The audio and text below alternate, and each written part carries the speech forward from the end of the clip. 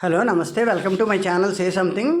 మిత్రులందరికీ కూడా చూస్తున్నారు కదా స్క్రీన్ మీద పెళ్లి కానుక. యాక్చువల్గా ఇది తమిళంలో వచ్చిన కళ్యాణ పరిసు అనే సినిమాకి రీమేక్ పిక్చర్ అనమాట. ఎందుకంటే ఇది 1959లో వచ్చింది. అప్పట్లోనూ ఎవరిది, జెమినీ గణేషన్ గారిది, బి సరోజాదేవి గారిది. ఆ సినిమానే 1960లోని 22/1960 అంటే మొన్న ఈ 2 రోజుల క్రితం రిలీజ్ అయిన డేట్లో అనమాట రిలీజ్ సినిమా ఇది. అందుకే ఈ సినిమాను మనం ప్రత్యేకంగా చేసుకుంటున్న వాళ్ళ నాగేశ్వర గారి సినిమా. అది ఆ విధంగా 1960లో 22న ఈ సినిమాని రీమేక్ చేశారన్నమాట. రీమేక్ చేసి రిలీజ్ చేశారు. సో ఇది నాగేశ్వర గారు, బి సరోజాదేవి గారు వాళ్ళు చేసిన సినిమా ఇది. సినిమా చాలా మంచి హిట్ అయింది, చాలా హ్యూజ్ హిట్ అని చెప్పుకోవచ్చు. అలాగే at the same time Nageswara గారికి సినిమాల్లో ప్రత్యేకమైన సాంగ్స్ ఉంటాయి ఇందులో. ఈ సాంగ్స్ అన్నీ కూడా చాలా పెద్ద హిట్ సాంగ్స్ ఇవన్నీను.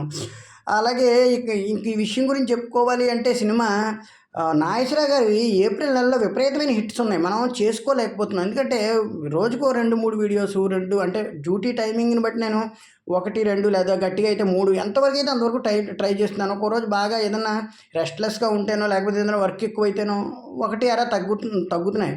అయితే ఇవాళ పొద్దున్నుంచి చేయడానికి అవ్వలేదు నాకు కొన్ని పనుల వల్ల. అయితే ఈవినింగ్ ఏం చేద్దామని సరదాగా అందరు సినిమాలు చేస్తున్నాం కదా, నాగేశ్వర గారు ఈ మధ్యన మళ్ళీ చేయలేదని దసరా బుల్లోడి తర్వాత ప్రత్యేకంగా ఆయన గురించి చేసిన సినిమా అంటూ ఏదీ లేదు ఈ మధ్యన. ఒకసారి చెక్ చేసేటప్పటికి ఏప్రిల్ నెలలో విపరీతంగా ఉన్నాయి ఆయన సినిమాలు. అయితే చెంచులక్ష్మి, మహాకవి కాళిదాసు, మంచి మనసులు, ఈ పెళ్లి కానుక, ఇంకా చాలా భట్ట జయదేవ, మంచి మంచి హిట్స్ అన్నమాట సినిమాలు. అంతకుముందు కూడా చాలా అనార్కలి, అవన్నీ కూడా మంచి టాప్ హిట్స్ అన్నీ ఈ ఏప్రిల్ నెలలో ఉన్నాయి. 15 ఎన్నో వీరి సినిమాలు, 15-16 దాదాపుగా. 1-2 ఫెయిల్యూర్ అయిన సినిమాలు ఉన్నాయి తప్ప దాదాపు హిట్ అయిన అన్నట్లో కూడా ఏప్రిల్ నెలలో దాదాపుగా ఆయన కెరీర్లో 28 సినిమాలు రిలీజ్ అయ్యి అవన్నీ కూడా పెద్ద హిట్లు అయ్యాయి సినిమాలు. సో వాటిల్లో మనం ఈ రోజున ఈ పెళ్లి కానుక అనే సినిమాని సెలెక్ట్ చేసుకుని చేస్తున్నాము. ఇంక చెప్పాం కదా ఇది తమిళ దానికి రీమేక్ అని చెప్పేసి. అందులో జెమినీ గణేషన్ గారు చేశారు, ఇందులో నాగేశ్వర గారు చేశారు. అయితే ఈ సినిమా వివరాల్లోకి వెళ్లే ముందు సినిమాలో ఉండే పాటలన్నీ కూడా స్పెషల్ అని చెప్పుకోవచ్చు. ఎందుకంటే ఈ పాటలకి అన్నిటికీ కూడా భజన పాటలు అంటాం కదా మనం. పూర్వం గ్రామాల్లో భజన పాటలు అంటే ఎక్కువగా వీటిని దేవుడి మీద రాసేవారు, వాళ్ళ పాటలు ఉండేవారు. అంటే ఈ పాత సినిమా పాటలు దేవుడి మీద రాస్తే భజన పాటలుగా చాలామంది పాడేవారు. మనకు ఐడియా ఉంది కదా, చాలామంది భజన పాటల కింద మారుస్తుంటారు సినిమా పాటలని. అలా ఇవి భజన పాటల కింద మార్చినప్పుడు మా ఊళ్ళో నా చిన్నప్పుడు విపరీతంగా పాడిన పాటలు ఇందులో 3 పాటలు ఉన్నాయి ఏకంగా.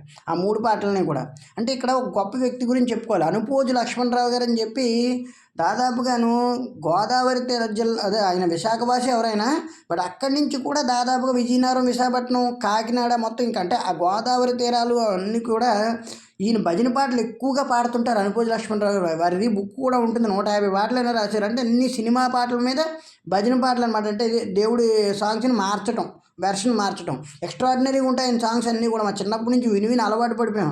అసలు ఈ పాటలు సినిమా అని తర్వాత తెలిసింది మాకు, ముందర భజన పాటలే అనుకునేవాళ్ళం. అలాగా అంతలాగా ఆ పాటలు ఉండేవన్నమాట. అంత బాగా పాడేవారు కూడా మా భజన బృందాలు అవన్నీ కూడా. అప్పట్లో మా చిన్నప్పుడు బాగా ఊహ తెలియకపోయినా ఆ పాట విని ఆనందించేవాళ్ళు, అంత బాగా పాడేవారు వాళ్ళు. ఆ తర్వాత ఊహలోకి వచ్చే కూడా ఇంకా పాటలు అవన్నీ అలవాటు పడిపోయి ఒక్కొక్కసారి భజన పాట వింటున్నామో లేదా సినిమా పాట వింటున్నామో కన్ఫ్యూజన్ వచ్చే రోజుకి వచ్చేస్తాం. అంత పాపులర్ అనమాట ఈ పాటలు. ఇవన్నీ కూడా చాలా బాగా హిట్లు. నాగేశ్వర గారి పాటలు ఎక్కువ శాతం అలా భజన పాటలకి రీమేక్ అయినవి, రామారావు గారు కానీ చాలా మంచిగా ఉంటాయి సాంగ్స్ అవన్నీ కూడా. మీరు ఎప్పుడైనా గ్రామాల్లోకి భజనల్లోకి వెళ్తే, భజనలోకి చూస్తే వెళ్ళి, అంటే ఇప్పుడు రామాలయంలో కానీ అక్కడ కృష్ణుడిది కానీ లేకపోతే వినాయకుడి గుడి కానీ ఏదైనా ఏ గుళ్ళల్లో అన్నా చూస్తే ఈ భజన పాటలు చాలా బాగా పాడతారు వాళ్ళందరూ. వాళ్ళ రాగాలు వాళ్ళు అంటే ఒక 5-6 కలిసి పాడతారు, చాలా డిఫరెంట్గా ఉంటాయి. హై పీక్స్లో పాడతారు వాళ్ళు ఏకంగాను. బాలసుబ్రహ్మణ్యం గారు కూడా చెప్తారు, ఈ పీక్స్లో పాడటం అంటే సామాన్యమైన విషయం కాదు, చాలా గొప్పగా పాడతారు వాళ్ళందరూ అని చెప్పేసి. అది ఎందుకంటే రికార్డింగ్ ఉండదు, ఏముండదు, అయినా కూడా వాళ్ళ పాట చాలా స్పష్టంగా మైక్లో వినబడుతుందండి. సో ఆ విధంగా చూసుకుంటే ఈ పాటల ఇంపాక్ట్ చాలా బాగా మాకు అనుభవం ఉంది. సో ఇక సినిమా వివరాల్లోకి వెళ్తే కనుక దీనికి డైరెక్షన్ వచ్చి సివి శ్రీధర్ గారు. అంటే తమిళంలో చేసిన ఆయన తెలుగులో కూడా చేశారు. స్క్రీన్ ప్లే కూడా వారే, అలాగే at the same time story కూడా వారే రాసుకున్నారు. అయితే ఈ సినిమాకి తెలుగులో రైటింగ్ అంటే డైలాగులు మటుకి ఆచార్య ఆత్రేయ గారు రాశారు. మనసు కవి ఆచార్య ఆత్రేయ గారు, మనసు కవి అంటాం కదా ఆయన్ని, ఆ విధంగా అనమాట. ఆచార్య ఆత్రేయ గారు అదొకటే కాదు 3 పాటలు కూడా రాశారు దాదాపుగాను. సో ఈ విధంగా చూసుకుంటే సీనియర్ సముద్రాలు గారు 2 ఎన్నో రాశారు, ఆరుద్ర గారు 1, ఈయనేమో మొత్తం ఎవరు ఆచార్య ఆత్రేయ గారు 3 ఎన్నో పాటలు రాశారు. అన్నీ కూడా మంచి హిట్ సాంగ్స్. అలాగే స్క్రీన్ ప్లే కూడా సివి శ్రీధర్ గారిని చెప్పుకున్నాం కదా. తర్వాత ప్రొడ్యూసర్ వచ్చి ఎస్ కృష్ణమూర్తి గారు, టి గోవిందరాజన్ గారు, శ్రీధర్ గారు కూడా ఇన్వాల్వ్ అయినట్టున్నారు అందులో. అయితే ఈ దేని మీద తీశారు, వీనస్ పిక్చర్స్ పతాకంపై, అదే ప్రొడక్షన్ కంపెనీ వీనస్ పిక్చర్స్, నవయుగ ఫిలిమ్స్లో మన తెలుగులో తీసుకున్నారనమాట. సో ఈ విధంగా చూసుకుంటే దీని వివరాలు ఇవి. ఇక ఎడిటింగ్ వచ్చి ఎన్ఎం శ్రీధర్ గారు, ఎన్ఎం శంకర్ గారు ఆయన పాత సినిమాలకు కొన్నింటికి చేశారు. మనం ఆ మధ్యనికి కూడా ఏదో 1-2 సినిమాలకు చెప్పుకున్నాం ఎడిటింగ్. ఆయన చాలా బాగా చేసుకొచ్చారు. సింపుల్ సినిమాని నీట్గా చేసుకొచ్చారు. ఫోటోగ్రఫీ విన్సెంట్ గారు, నాకు తెలిసి అజయన్ విన్సెంట్ గారు అనుకుంటాను. ఎందుకంటే చాలా వరకు ఆయన 80లు 90ల దాకా కూడా చేసినట్టున్నారు. ఆయన మంచి ఫోటోగ్రాఫర్ ఆయన కూడాను. సో ఈ విధంగా దీని క్యాస్టింగ్కి సంబంధించి అనమాట. ఆ విధంగా అదే మొత్తం ఈ 24 ఫ్రేమ్స్ అంటుంటాం కదా, వాటికి సంబంధించిన డిపార్ట్మెంట్లో కొన్ని డిపార్ట్మెంట్లు ఆ విధంగాను. ఈ విధంగా చూసుకుంటే క్యాస్టింగ్ చూసుకుంటే అంటే స్టార్ క్యాస్ట్ అంటాం కదా, అది చూసుకుంటే నాగేశ్వరరావు గారు, కృష్ణకుమారి గారు, సరోజ్ గారు, జగ్గయ్య గారు, రేలంగి గారు, గిరిజ గారు, ఇంకా చాలామంది మంచి మంచి ఆర్టిస్టులు ఉన్నారు. మనం చెప్పుకోవాలంటేను మాలతి గారని చెప్పేసి వీళ్ళ మదర్ కింద చేశారు. ఎవరు మన బి సరోజాదేవి గారు మదర్ కింద చేశారనమాట. ఆ తర్వాత మాస్టర్ బాబు అని చెప్పేసి అప్పట్లో చిన్న బాబు ఉండేవాడు. ఆ అబ్బాయి ఇందులో చిన్న క్యారెక్టర్, అంటే అది చివరిలో నాగేశ్వరరావు గారు బాబు ఉంటాడు కదా, ఆ క్యారెక్టర్ చేశాడు అనమాట. ఈ విధంగా లిమిటెడ్ క్యారెక్టర్స్, అవి కాకుండా ఇంకా ఎక్స్ట్రా క్యారెక్టర్స్ చాలా ఉన్నాయి సినిమాలోను. అయితే సినిమా సింపుల్గా నీట్గా ఉన్న ప్లాట్ సినిమా అనమాట. ఇది కథ గురించి వెళ్తే కనుక, ఈ సినిమా వివరాలు ఇవి. ఇక కథ గురించి వెళ్తే కనుక, కాలేజీలో ఉండగా నాగేశ్వరరావు గారు బి సరోజ్ గారిని ఇష్టపడతారు. ఇష్టపడితే ఆవిడకి లెటర్లు అవి రాయడంలో బి సరోజ్ గారు కొంచెం పూర్ ఫ్యామిలీ నుంచి వచ్చిన ఆవిడ ఏంటంటే కొంచెం వాళ్ళ అక్కగారు సాయంతో, అంటే ఆవిడ మొషనవి కుడుతుంటారు, ఎవరు కృష్ణకుమారి గారు కుట్టి చదివిస్తుంటారు. వాళ్ళ అమ్మగారు చిన్న చిన్న పనులు చేసి ఇంట్లో ఉండి జాగ్రత్తగా ఉంటూ ఈ పిల్లని చదివిస్తారు అన్నమాట. చిన్నపిల్ల బాగా చదువుకుంటుందని. ఈ అమ్మాయి ఆ విధంగా ఎదుగుతుండడంతో ఇది నాగేశ్వరరావు గారు ఇష్టపడి లెటర్లు రాయడంతో తన ఆ జీవితానికి ఎక్కడ ఆటంకం కలుగుతుందో అని చెప్పేసి ప్రిన్సిపాల్ గారు కంప్లైంట్ అవ్వడం, ప్రిన్సిపాల్ గారు నాగేశ్వరరావు గారు డిబార్ చేయడం జరుగుతాయి. నాగేశ్వరరావు గారు డిబార్ చేయడం జరగగానే దాంతో ఇంకా నాగేశ్వరరావు గారు బయటకు వెళ్ళిపోయి ఇంకా అక్కడి నుంచి వేరే హాస్టల్ నుండి వేరే చోట చదువుకుంటారు అనమాట. వేరే చోట చదువుకొని కాలేజీని సస్పెండ్ చేస్తారు. డేబార్ కూడా కదా, అదే కాలేజీని సస్పెండ్ అంటారు. వేరే కాలేజీకి వెళ్ళి చదువుకొని ఆయన పెద్ద అవుతారు. అయితే ఉద్యోగానికి సంబంధించి రేలంగ్ గారిని కలుసుకుంటారు. రేలంగ్ గారు ఒక కంపెనీలో మేనేజర్గా వ్యవహరిస్తుంటారు. ఆయన అంతా ఫన్ ట్రాక్ అనమాట. గిరిజ గారిది, రేలంగ్ గారిది వాళ్ళ మామగారు ఇచ్చిన ఉద్యోగం అది. అందువల్ల ఆయన ఏం చెప్తే అది వినాలి, భార్య ఏం చెప్తే వినాలని చెప్పేసి ఒక ఫన్ ట్రాక్ నడుపుతుంటారు. అది చాలా బాగుంటుంది వాళ్ళ ట్రాక్. అది వాళ్ళకు కూడా 1-2 సాంగ్స్ ఏవో ఉంటుంటాయి అనుకుంటాను. చాలా నీట్గా ఉంటుంది వాళ్ళ ఫన్ ట్రాక్ అయితే. మట్టి రేలంగ్ గారు అప్పుడు బాగా టాప్ కమేడియన్ కదా. అయితే నాగేశ్వరరావు గారు ఏదైనా ఇల్లు వెతికి పెట్టారంటే బి సరోజ్ గారి ఇల్లే వెతికి పెడతాడు ఆయన, ఎవరు రేలంగ్ గారు. అక్కడి నుంచి సాంగ్స్ స్టార్ట్ అవుతాయి. ఎందుకంటే ఇంకా ఆవిడని ఇష్టపడటం. అయితే ఈవిని ఇష్టపడినప్పుడు వాళ్ళ అక్కయ్య గారు ఇతను మాట్లాడుతున్న మాటలు అవి నచ్చి ఆవిడ తెలియకుండా, అంటే ఆవిడకి తెలియకుండానే నాగేశ్వరరావుని ఆవిడ ఇష్టపడతారు. ఎవరు చెల్లి ఇష్టపడుతుందని తెలియదు కాబట్టి. అయితే ఈవిని ఫస్ట్ నుంచి కూడా నాగేశ్వరరావు ఇష్టపడతారు అనుకున్నాం కదా. మంచి మంచి సాంగ్స్ స్టార్టింగ్ మనకి వాడుక మరచిది వేళ అని చెప్పేసి చాలా బాగుంటుంది. చాలా మంచి సాంగ్స్ ఉన్నాయి. ఏఎం రాజా గారు మ్యూజిక్ గురించి చెప్పుకోవాలి. నేను ఏఎం రాజా గారు మ్యూజిక్ ఇచ్చారు ఈ సినిమాకి. ఎక్స్ట్రాడినరీ మ్యూజిక్ ఇచ్చారని చెప్పచ్చు. పాటలు కూడా దాదాపుగా ఆయనే పాడారు అనుకుంటాను. ఏఎం రాజా గారే పాడుకున్నారు పాటలు. మొత్తం కూడా ఏఎం రాజా గారే మొత్తం 4 కూడా. అంటే ఘంటసాల మాస్టర్ ఇందులో ఇన్వాల్వ్ అవ్వలేదు ఈ సినిమాలో. మొత్తం సాంగ్స్ అన్నీ ఏఎం రాజా గారే. వాడుక మరచిది వేళ అని పాట సుశీల్ గారు అతను కూడాను ఎక్స్ట్రాడినరీగా పాడారు పాటని. ఆ సాంగ్ అయిపోయాను కొన్నాళ్ళ తర్వాత మళ్ళీ కన్నులతో పలకరించి వలపులు ఎన్నటికీ మరువరాని తలుపులు అని సాంగ్ ఉంటుంది. ఆ సాంగ్స్ అన్నీ కూడా చాలా హాయిగా ఉంటాయి. నిజంగా సుశీల్ గారు గొంతు వినాలి ఆ పాటల్లోనే.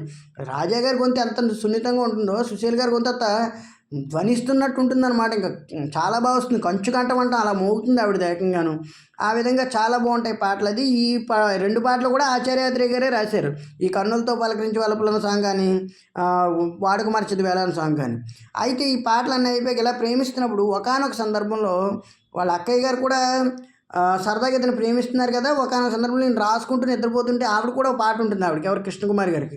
పులకించని మది పులకించు వినిపించని కథ వినిపించు. జిక్కి గారు పాడారు ఈ పాట.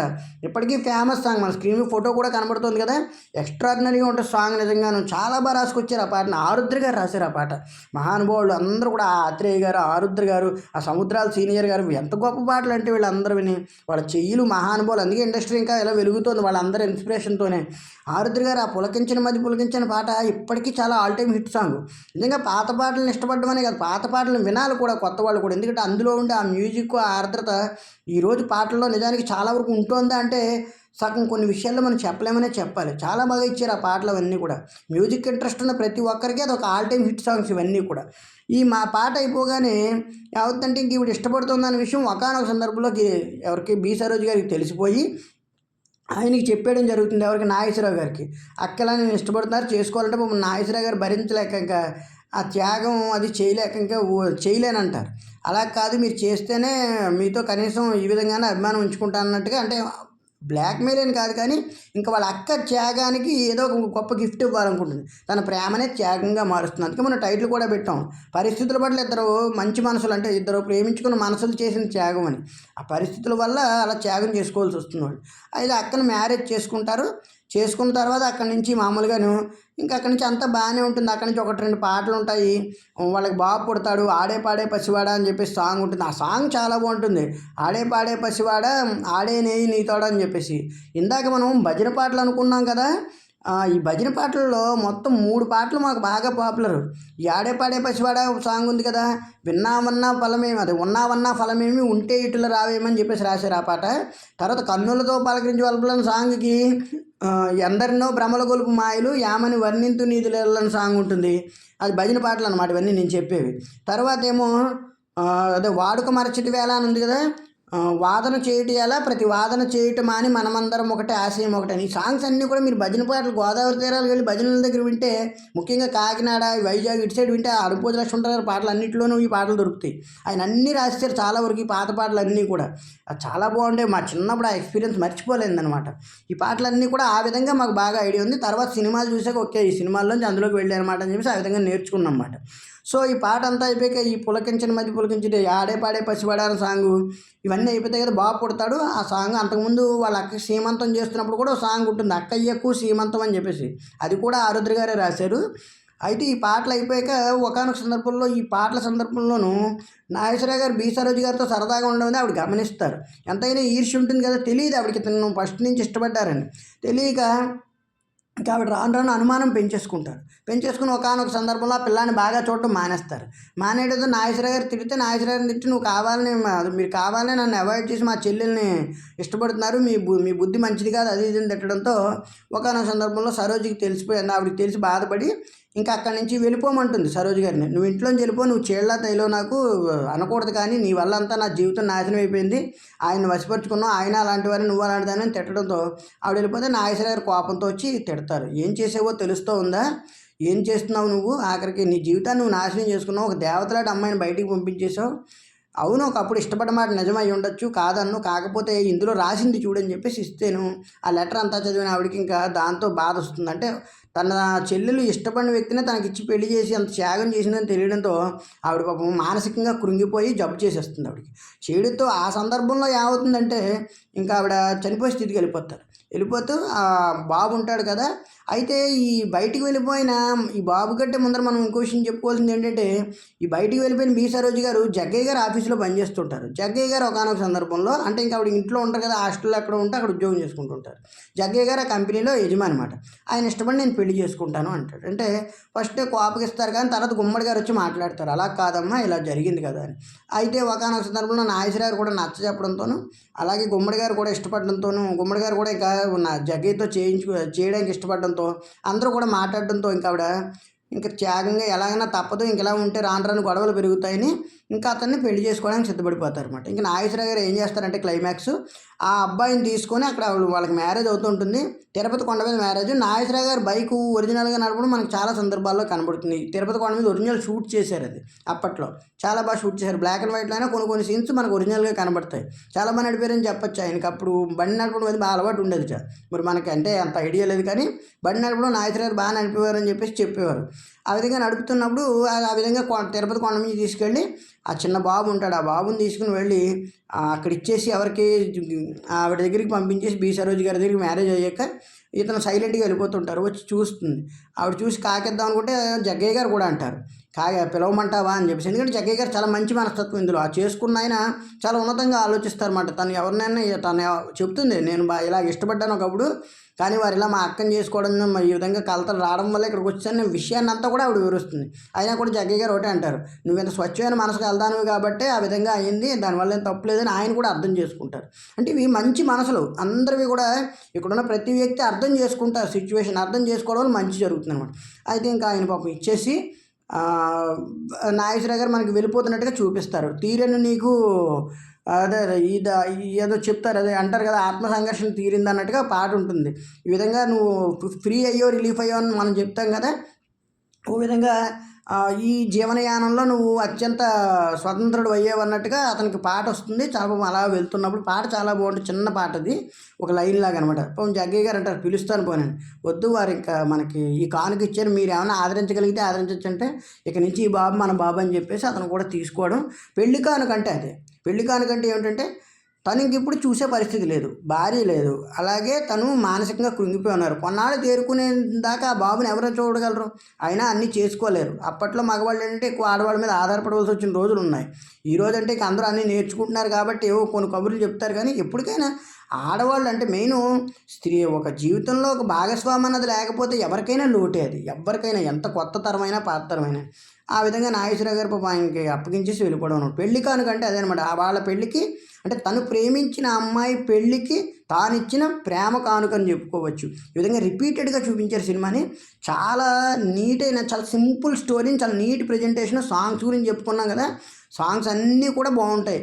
ముఖ్యంగా ఈ భజన పాటలు వింటున్నప్పుడు మాకు ఇప్పటికీ కూడా అలా గుర్తొచ్చావు. మా చిన్నప్పుడు ఆ రామాలయాల్లోకి వెళ్తే ఆ పాటలు పాడుతున్నప్పుడు అక్కడే కూర్చొని అలా వింటూ ఉండేవాళ్ళం అన్నమాట. ఎక్స్ట్రాడినరీ సాంగ్స్ అని చెప్పొచ్చు. నాగేశ్వరరావు గారు ప్రేమ స్టోరీ అంటే ప్రేమ కథలు చేయడంలో ఆయన ఇంకా పండిపోయాడు అప్పటి నుంచే ఏఎన్ఆర్ గారు. ఎందుకంటే ఏంటంటారు దాన్ని, ఈ ప్రేమ కుటుంబ కథలు చేయడంలో నాగేశ్వరరావు గారు అన్వేషణ చేయాలి. ఎందుకంటే రామారావు గారు అవతల పక్క జానపదాలు, పౌరాణికాలు ఒక వేలో తను తీసుకుని వచ్చేసేవారు. ఆయన పర్సనాలిటీకి ఆ వెర్సటాలిటీకి సరిపోయేవి. నాగేశ్వరరావు గారు అదే చెప్పేవారు, అతనికి పోటీగా నేను ఏం చేయగలను చూసుకున్నాను తప్ప అతనిలాగే నేను చేసేయాలని చూడలేదు. ఎప్పుడు అలా చూడకండి. ఇండస్ట్రీలో చూడవలసింది అదే. తను ఏం చేస్తున్నారు, మనం అతనికి పోటీగా కాకుండా అతనిలా కాకుండా ఇంకేమైనా చేయగలుగుతున్నామని చూసుకోవాలని చెప్పేసి. ఆ విధంగా నాగేశ్వరరావు గారు ఇలా ఫ్యామిలీ లవ్ స్టోరీస్ అన్నీ చేసుకుంటూ రావడం, రామారావు గారు ఆ విధంగా రావడంతో ఇండస్ట్రీ అన్ని విధాలా కూడా చాలా బాగా రన్ అయిందని చెప్పొచ్చు. సో నాగేశ్వరరావు గారు ఇలాంటి స్టోరీలు కొట్టిన పిండి అని చెప్పొచ్చు ఆయనకి. ఎందుకంటే ఆయన సింపుల్గా చేసేస్తారు నీట్గా, పైకి కనబడరు కానీ ఆ ఎక్స్ప్రెషన్స్ దగ్గర నుంచి అన్నీ కూడా చాలా నీట్గా చేశారు. చాలా బాగుంటాయి సాంగ్స్. మెయిన్ బి సరోజాదేవి గారు, నాగేశ్వరరావు గారి పేరు అయితే ఈ సినిమాలో హైలైట్ అని చెప్పొచ్చు.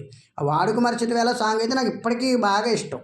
ఎందుకంటే ఆ పాటలో లైన్లు అంత బాగుంటాయి. కన్నులావి కలల వెన్నెల, వన్నీ చిన్నెల కలల కన్నుల అని చెప్పేసి, మనసు తెలిసి మర్మమేలా, మరి ఇంత తొందర ఎలా అని చెప్పేసి, మరి ఇప్పుడు ఆ తొందర ఎలా అని చాలా బాగుంటాయి సాంగ్స్ అన్నీ కూడా. లైన్లు కానీ, అలాగే పులకించని మది పులకించని పాటలో కూడా లైన్స్ ఎంతో బాగుంటాయి. ఏంటది, రాగమందు అనురాగమందుకి రక్తి నొసగును గానం అని చెప్పేసి, అలాగే వాడిపోయిన పువ్వులైనా కొమ్మలై చిగురించిన అని చెప్పేసి ఎంత బాగుంటాయి ఆ సాంగ్స్. అవి పాటలు వినాల్సిందే, మనం ఏం చెప్పుకోవాల్సిందే లేదు.